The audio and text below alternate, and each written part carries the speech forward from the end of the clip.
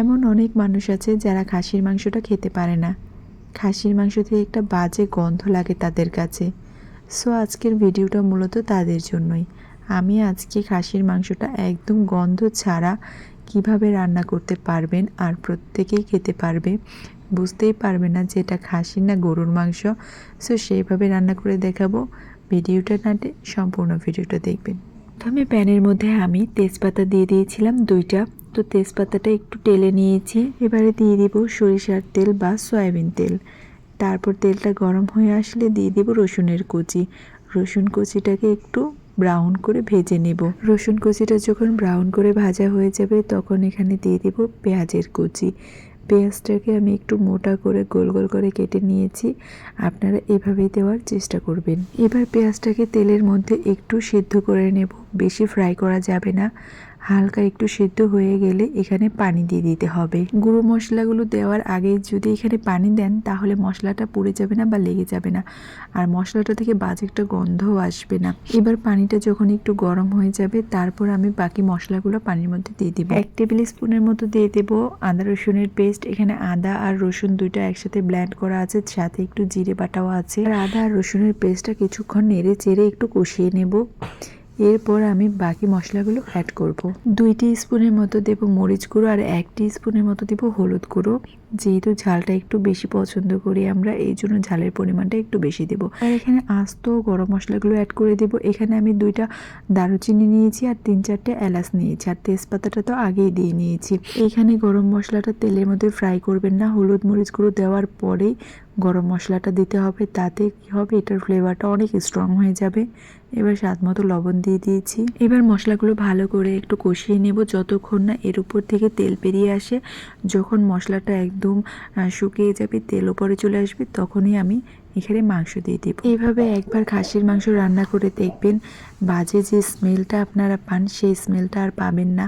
অনেকেই এই গন্ধটার জন্য খাসির মাংস পছন্দ করে না। আমিও একটা সময় এই খাসির মাংসটা খেতে পারতাম না, আমার কাছে এরকম বাজে গন্ধ লাগতো। আমি আমার একটা ভাবির বাসায় খাসির মাংসটাকে গরুর মাংস ভেবে খেয়ে নিয়েছিলাম। আমার কাছে কোনো রকমের গন্ধ আসেনি, তো আমি বুঝতে পারিনি। তারপরে যখন আমি তাকে জিজ্ঞাসা করলাম তো সে আমাকে এই রেসিপিটা বললো। এখানে আমি 1 পিস লেবুর রস চিপড়ে নিয়েছি, আর এটাই হলো এটার মেন। আপনি যদি 1 পিস লেবুর রস দিয়ে দেন তাহলে দেখবেন যে এটার মধ্যে যে বাজে স্মেল সেই স্মেলটা আর আসবে না। আমরা জানি যে লেবুর রস বা একটা কাটা লেবু যদি ফ্রিজে রাখি তাহলে ফ্রিজের বাজে গন্ধ দূর হয়ে যায়। তো এই খাসির মাংসটাতে হয় কি, 1 পিস লেবুর রস দিলে না এর ভিতরে যে বাজে স্মেলটা ওইটা আর পাওয়া যায় না। আর আমি মশলাগুলো যেভাবে যেভাবে দিয়েছি ওইভাবে দেওয়ারই চেষ্টা করবেন। তো এটা আমি আজকে আলু দিয়ে একটু ঝোল করব পাতলা।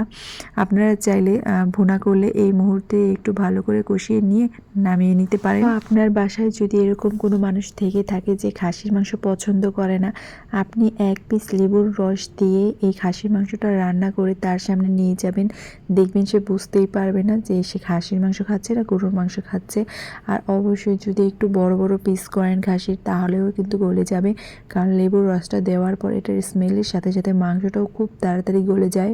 তো আমি যেহেতু পাতলা ঝোল করব তাই আমি আলু দিয়ে এখন মাংসটাকে একটু ভালো করে কষিয়ে নেব পানি ছাড়া। তারপরে আমি এখানে ঝোলের পানিটা দিয়ে দেবো, যেহেতু আমার মাংস কষানো হয়ে গিয়েছে।